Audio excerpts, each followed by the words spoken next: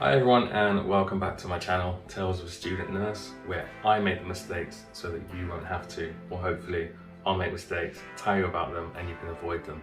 Today I'm going to go through I guess I've seen them called a nursing hall or student nursing hall, and basically just talk you through some of the things that I've brought before I start nursing in September. It is worth stressing that because I've not done nursing, some of these things people might watch and think, why the hell has he brought that? But I'm just quite giddy with excitement, so I've kind of gone all out. I've still not finished all my shopping yet, so this is going to be a part 1 and then I'll do a part 2, and then maybe in a year we'll come back and decide whether I actually needed half of the things that I brought. The answer is probably no. I'm not really going to focus on prices strictly because there's so many different shops out there and I don't know who shops well. I know some people are against shopping at places like Amazon and some people prefer to shop local. So if I just tell you a load of prices of things, they might be different elsewhere. Where I can, I will just stick a link below so that if you do want to buy the product, you can literally click below and then order it. So firstly, I've got the BNF. I've actually got the 2018-2019 Adults Edition, and then I've got the same with the Children's Edition, and then I also have the 2019-2020 Adults Edition. Now the reason that I've got 3 of these is because I actually watched a video on here giving advice on how to get your own BNF. Now I know there is an app, but I'm not someone who really likes apps. I love books. I like being able to hold the book and turn to bookmark pages that I know I want to keep going back to. I saw a video that said to ask your local pharmacy if they have any copies you can give away for free. So what I did was, because I'm a bit socially awkward, I sent an email, literally typed it out, sent it to all the pharmacies in the local area, and to be honest, not all of them got back to me, but the ones that did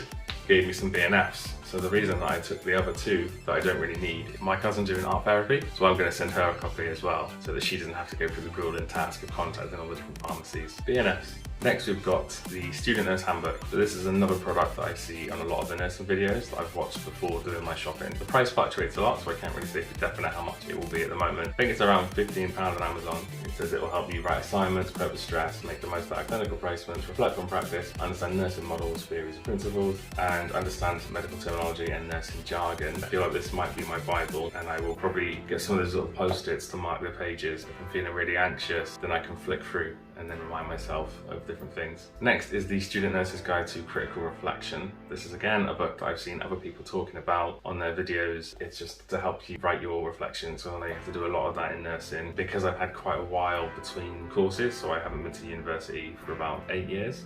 So I was a bit worried about the academic side. I did do an RPL because I'm on the PG dip, but I still feel like I need that extra support. So this again is going to be something that I'll probably keep going back to. I think again it's around £15 to £20 on Amazon. This might be one of the ones that I'll link below. Next up, we've got a manual blood pressure and stethoscope kit. This is one that my mum, who is a nurse and has been a nurse for 20 years, told me I probably won't need. But what I will say to people like my mum, who is a qualified nurse and probably knows better than me, is that I'm very anxious. I used to do blood pressure and heart rate when I worked as a support worker in a forensic unit. Everything was electronic, so it did it all for you. The difference is, if learning it this way, is that I know that I'll be flustered and nervous when people are watching me learning, and so I'll probably be making all sorts of mistakes. So if I have this, I can practice at home on my partner. That way I can practice without the pressure of people watching me. This was from Amazon. It comes with a little carry case.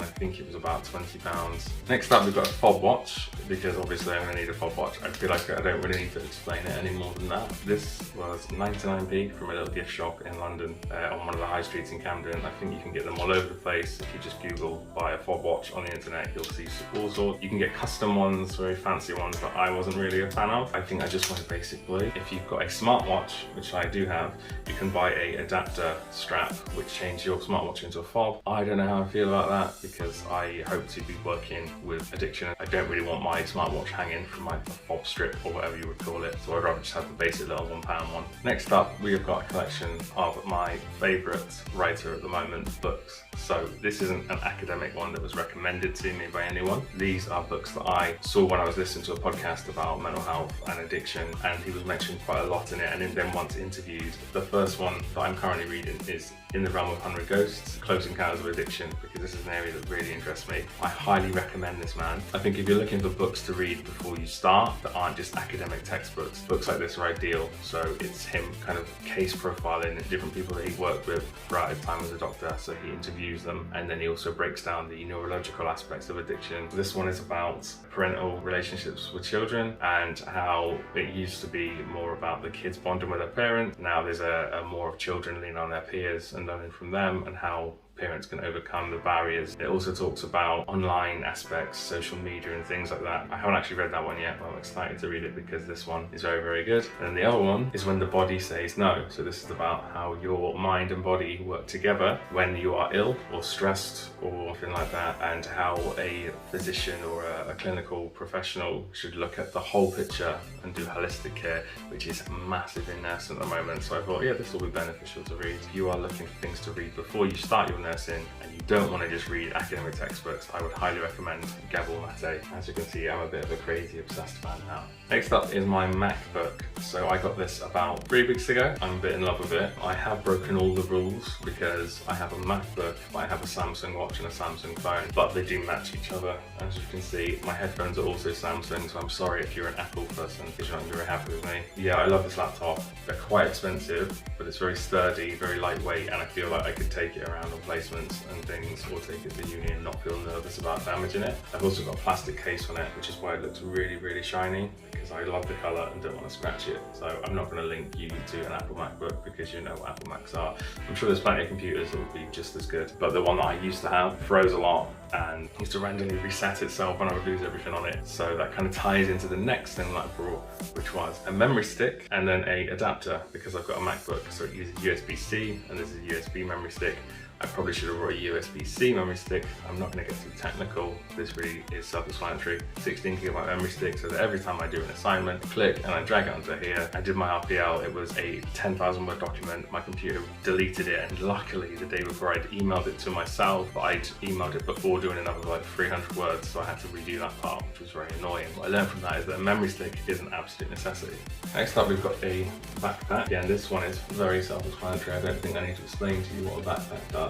I know that you can get all sorts of crazy flashy bags for like hundreds of pounds, but I've used these in the past. I had a black one, bit of a different shape, from Amazon, £20, loads of compartments, and it's got the little anti-theft lock on it, which I absolutely love. So it means that if you're on a bus or a tube or a train, people can't easily just unzip your bag and go through it. Lots of different compartments, and I think the colour's good because it looks grown up and professional, which is something I'm not used to.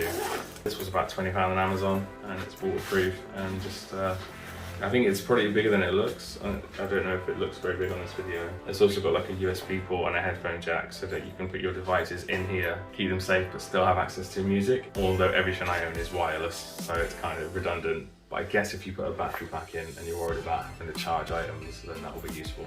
Next up is this Critical Thinking Skills textbook. This is a lot more academic than the other books that I recommended. It is literally helping you to write effective analysis, argument and reflection. I got this again because I have been out of uni for quite a long time, but it's very good at breaking things down in a simplistic way that doesn't seem like jargon or too confusing. This was about £14 from my local bookshop, House of Books. I will maybe try and link this. Again, I don't want it to just be a description full of Amazon links, but I feel like that's the easiest place for a lot of people to shop. Next up, we have my mini anatomy statues.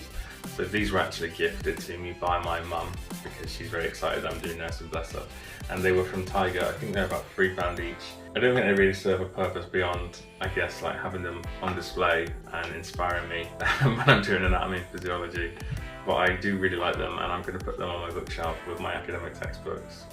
I haven't put them together yet. I feel like it's almost like I don't want to jinx anything because I've not started yet. There's this part where it's like if I put these together and I haven't started, then I don't start. I'll then have to deconstruct them. These are from little shop Tiger. I'm not sure if everywhere has one, but there's lots of them in London.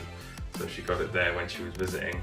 I live in London, so she was visiting me and saw them and got them me as a well done for passing your RPL. We've also got a headset, so it's a Playtronics one. Anyone who's worked in a call centre or anything like that is going to recognise these and probably shake a little bit because that's how I felt when I first saw it. I do find they're a lot more reliable than using earbuds. I do have earbuds. They get very, very uncomfortable after about an hour, and because I am concerned that a lot of this is going to be online still, so I just thought best be prepared, get a proper headset so that if I do have to work from home it's not really uncomfortable all the time. This was about £8 offline. I think I got it on eBay, so I can't really link to it, but it's Playtronics and a lot of workplaces use them.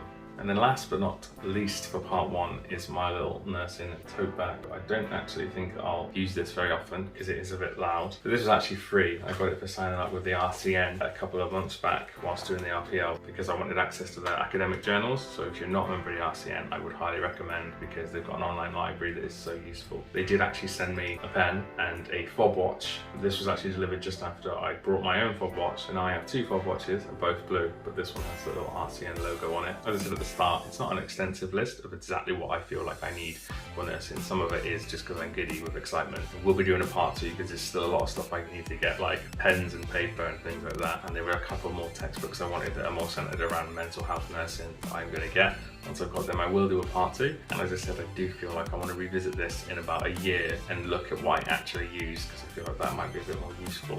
But if you're just excited about starting nursing and I wanted some general ideas, or you thought, what books could I read before I start? And I hope it's helped you a little bit. Please click the subscribe button and give me a like if you enjoyed the video. I'll be doing more nursing vlogs and nursing related content once I've started. It's difficult to film that when you haven't started yet, but from September I will be studying nursing and I will be doing vlogs and updating you all on how it goes.